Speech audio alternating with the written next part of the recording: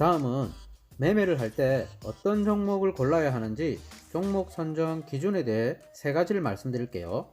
가장 먼저 시장의 관심을 한몸에 받고 있는 종목이라야 해요. 즉 유동성 공급이 풍부한 종목을 말하죠. 이건 거래량이 폭증한다거나 주가가 급등하는 것으로 HTS에서 누구나 검색할 수 있어요. 거래량 폭증 종목 검색, 52주 신고가 검색, 당일 상승률 상위 종목 등등 버튼만 누르면 다 검색이 됩니다. 그리고 두 번째는 이렇게 검색한 종목들을 추려놓고 재료가 살아있는 종목들로 압축하세요. 재료가 살아있다라는 말은 시장 참여자들의 기대감이 녹아있다는 것을 말해요. 그 말은 우리의 삶을 향상시킴으로써 기업의 실적이 폭증할 것이다 라는 시장 참여자들의 암묵적 동의가 근저에 깔려있다고 봐야죠. 예를 들면 바이러스 치료제를 개발한다든가 석유라는 한정된 자원이 아닌 전기로 움직이는 차를 개발하는 것 등을 말할 수 있죠. 그리고 마지막으로 재무적 안정성을 봐야 해요. 투자할 기업의 재무제표를 확인하는 것은 투자의 가장 기본인 거죠. 함께 볼 종목은 이오플로우라는 종목입니다. 일봉 차트인데요. 작년 여기가 10월경인가 8월경인가 상장을 하고 급격한 상승세를 이어가고 있습니다. 이 종목은 메모에 보면 wearable insulin을 상용화한다는 어떤 호재로 이렇게 급등하고 있는데요. 어떤 회사인지 회사를 한번 찾아보겠습니다. 네이버에 이오플로우라고 치고 홈페이지에 한번 들어가 볼까요?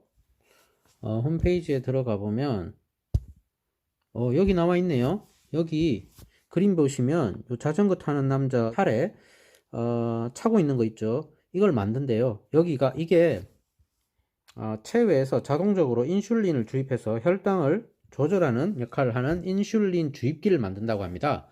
우리가 일반적으로 당뇨병이라고 하면 어떤 건지 한번 볼까요? 이렇게 혈당기를 가지고 혈당을 체크하면서 당을 조절하는, 그리고 인슐린을 투입해주는 이런 작업을 평생 해야 해요. 이게 완치가 되지 않습니다. 지속적으로 평생 동안 혈당 관리를 해야 하고 운동을 해야 합니다. 그런데 이런 조절 장치를 만들어서 혈당 조절을 자동적으로 스마트폰이나 PC와 연결해서 해준다는 것은 상당한 기술 개발이라고 볼 수 있겠죠. 이런 호재를 내포하고 주가는 급등하기 시작했던 겁니다. 회사가 어떤 회사인지 한번 잠시 살펴보겠습니다. 자, 의료기기용 제조업이고 주주 현황의 대주주 22%, 그리고 기업 분석을 보면 재무 비율 보겠습니다. 휴보율 1980, 부채 비율 44. 전혀 문제가 없는 회사고 아주 안정적이라고 볼 수 있겠죠. 자, 차트로 다시 돌아가겠습니다. 일봉 차트인데요. 이렇게 확대를 해서 상장 당시의 모습을 한번 보겠습니다. 자, 여기를 보세요.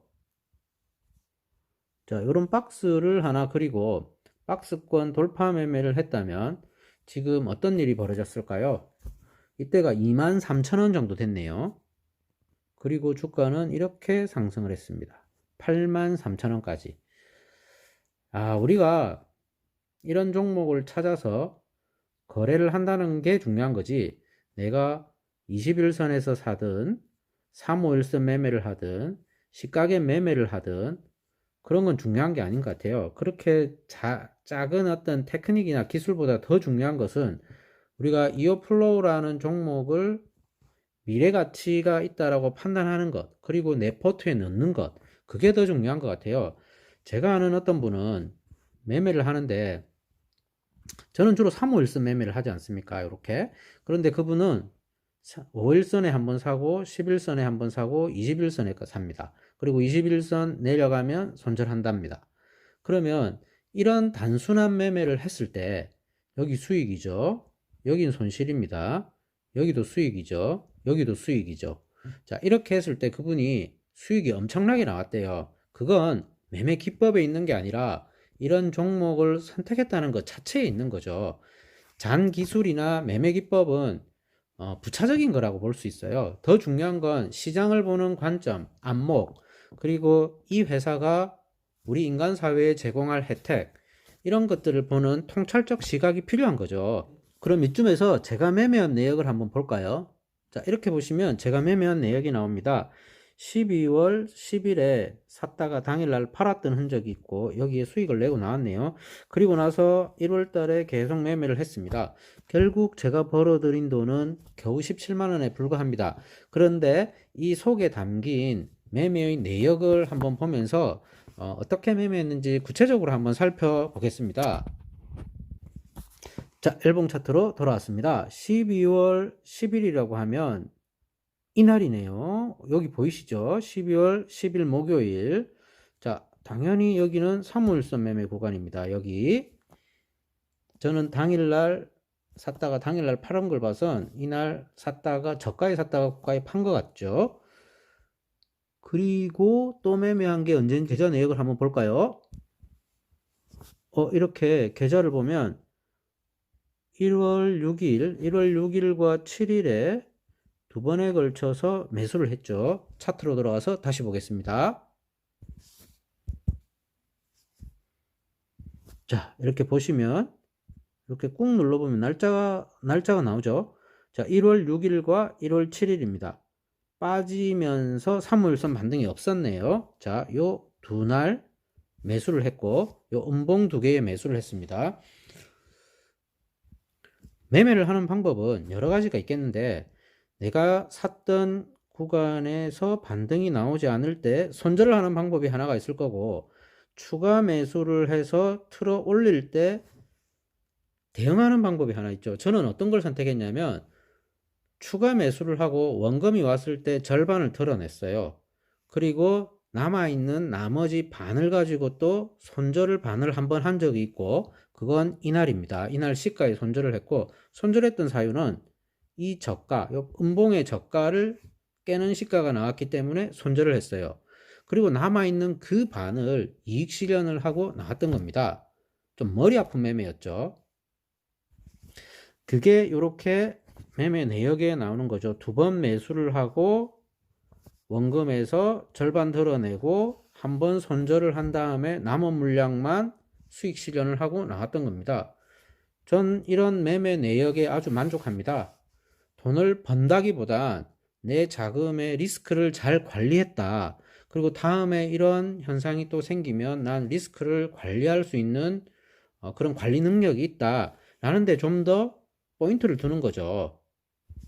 그런데 여러분, 이 종목 있지 않습니까? 이렇게 해놓고 보시면, 자, 요런 거 보이시나요? 요런 거. 자, 정고점을 돌파하고 쉬어가는 구간은 이전 고점이었다는 겁니다. 이런 구간에서도 매수를 하게 되면 큰 수익이 발생해요. 여기도 마찬가지입니다. 정고점에 도달했을 때 주로 반등을 잘한다는 거죠. 그런데 저희 매매는 어때 했냐면 요거를 확대해 볼게요. 이렇게 저는 이렇게 매매를 했어요. 요 저점을 이탈하면 손절을 한다라고 매매 계획을 세웠고 이날 시가가 이탈을 했잖아요. 시가의 자동 설정으로 인해서 그냥 매도가 나간 겁니다. 자, 이렇게 하면서 저도 하나씩 배워 나가는 거죠. 미래의 주가는 그 누구도 알 수가 없어요. 시장에서 대응하는 거고 매매 전략을 짜서 그 전략이 맞든지 틀리는지 그 확률을 높이는 그런 과정에 있다고 봐요. 그래서 저는 뭐 나쁘지 않은 매매를 하고 나왔고 이번 매매를 통해서 많은 걸 배웠다라고 생각하고 있고 중요한 건 내가 이 종목을 선택했다는 거죠. 그리고 이 종목을 선택했을 땐 그 어떤 매매 기법을 적용하더라도 돈을 벌 수밖에 없어요. 이건 종목 선정을 어떻게 했느냐, 내 포트에 이걸 넣었냐 안 넣었냐의 문제지 매매 기법이라는 건 부차적인 문제죠. 어떤 매매 기법을 하더라도 이건 상승하는 추세에 있기 때문에 돈을 벌 수밖에 없어요. 근데 정말 고수는 이런 저점에서 사서 팔거나 잦은 매매를 하지 않고 꾹 가는 겁니다. 자, 저도 이런 수준이 될 때까지 훈련하고 트레이닝 할 계획입니다. 저와 함께 공부하면서 시장에서 어떤 종목을 골라서 어떻게 매매 계획을 세워야 하고 전략을 짜야 하는지 함께 공부하면서 같이 수익을 내보도록 해요. 자, 오늘은 여기까지 이야기 드릴게요.